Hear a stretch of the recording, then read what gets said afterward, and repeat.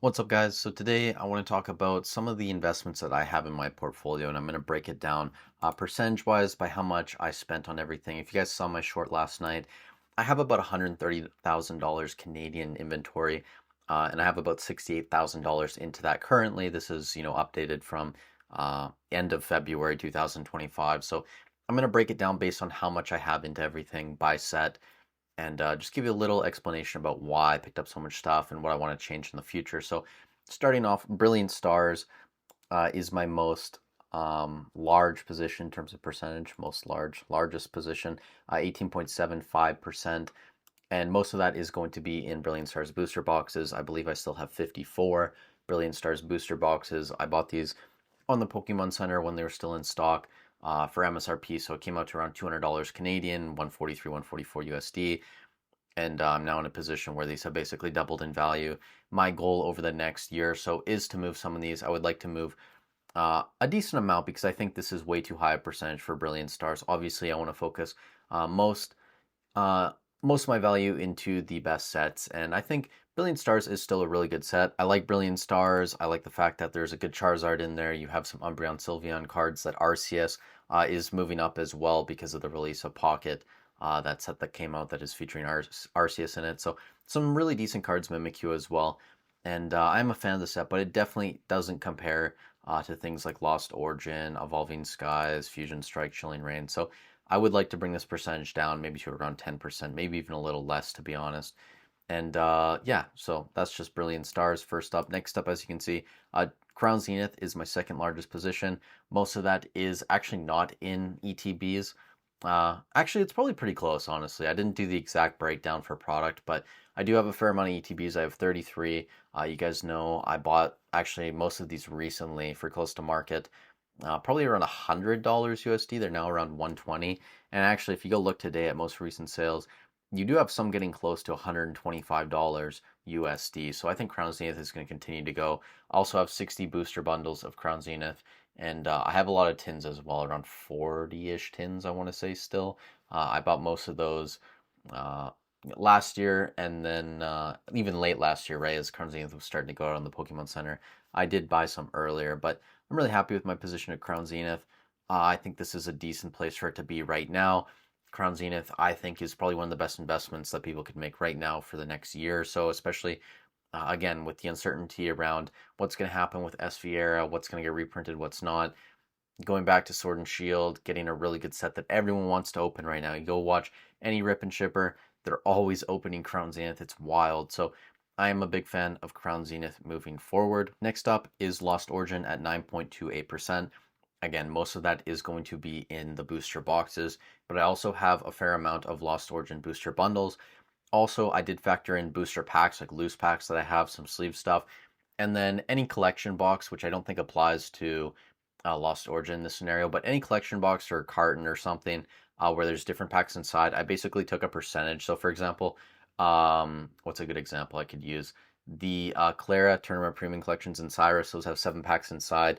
One of them is Fusion Strike, so I basically factored in 1/7 of the cost of what I invested into for each thing, right? So for Fusion Strike, it'd be 1/7, Silver Tempest 2/7, and then Astral Radiance 3/7, whatever it is. That's kind of how I broke it down for tins and cartons and stuff like that. But most of the value for Lost Origin is in booster boxes. I still think I have 19 of those, and then I have 45 Lost Origin booster bundles still. Again, I'm a huge fan of Lost Origin.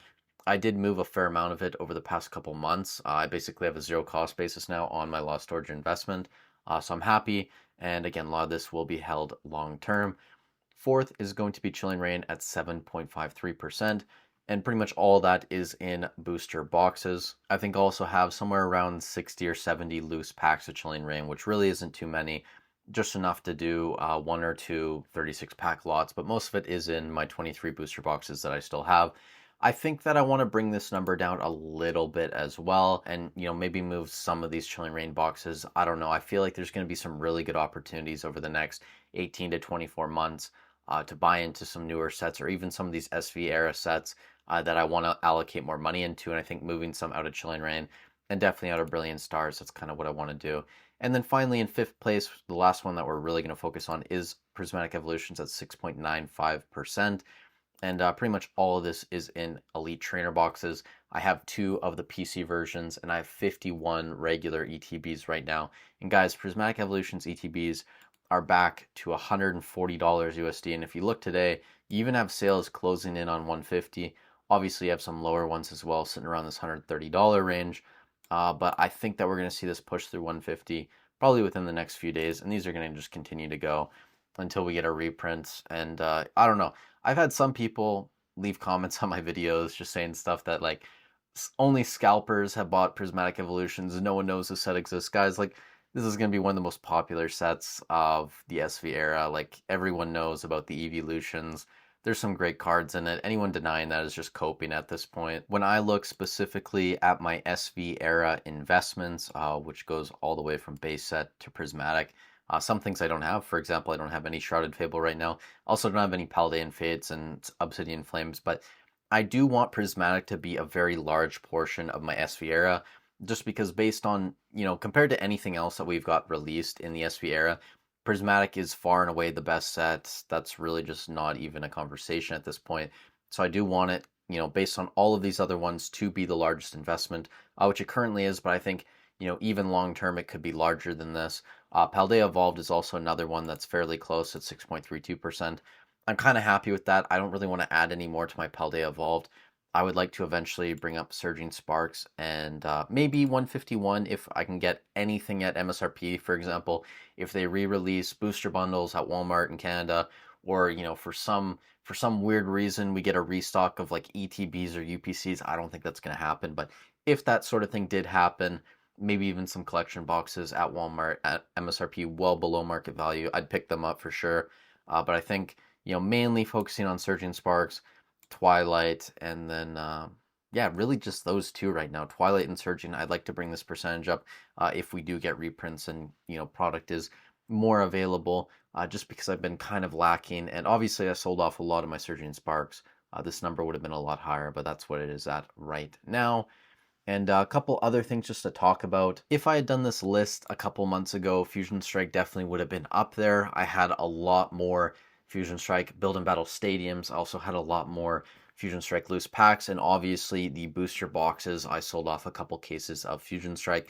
I now have a 0 cost basis on my Fusion Strike investment, which is great.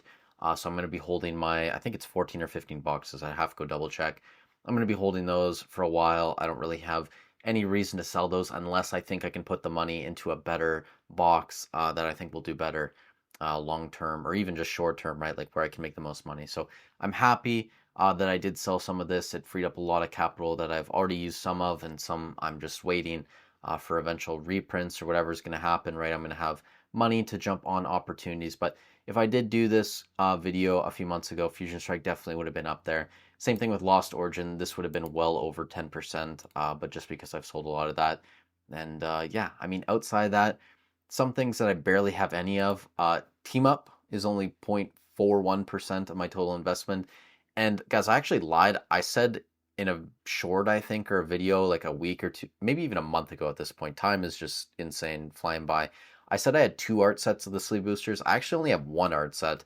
So I guess I must have sold one because I don't remember actually getting rid of it.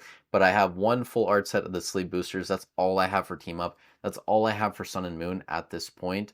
Outside that, SV base makes up, what, 1.11%. And that is just a case of booster boxes that I bought at like $90 USD, whatever the conversion would be. Maybe even less, like 88, something around there, late last year. And then Surging Sparks I already touched on. Makes up 1.92%, and then Twilight Masquerade only 2.3%. So again, Twilight Masquerade, Surging Sparks, I'd love to add to my positions of these sets, because outside of Prismatic Evolutions, I think Surging Sparks is probably the best set in the SV era. Some people would say 151. It probably is better, but just based on the price, and I don't know if I'm going to be able to add more 151 at a decent price to my investments. I did pick up a couple ETBs, but I'm hoping reprints of Surging Sparks, they're going to come eventually over the next couple of years. I'm going to be able to add a lot to my position. And even if popularity in this set comes down, I think the set is really strong. I really do. You have the Pikachu in there. You have Milotic. What's the other one I'm missing? Latias as well. Cerulege, Latios, some really good cards. If you guys want to know what I'm buying right now, I actually am not planning on buying anything unless I see a really good deal on certain products. But currently, I'm just waiting. If I get any notifications through Notify, like if Walmart restocks something for 151, Paldean Fade, Surging Sparks, obviously Prismatic, any of those sets, if I can get stuff at MSRP well below market value, I'm going to pick it up.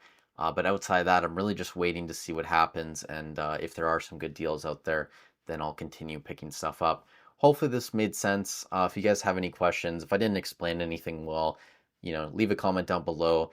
Again, if you got some value out of this video, I'd really appreciate it if you guys leave a like, subscribe to the channel. Also, if you are planning to buy anything, eBay Hobbies, TCG Player, Notify, I have affiliate links down below. Free to use, easy way to support the channel for free. Thank you guys so much for watching. Stay safe wherever you are in the world, and I'll catch you in the next one.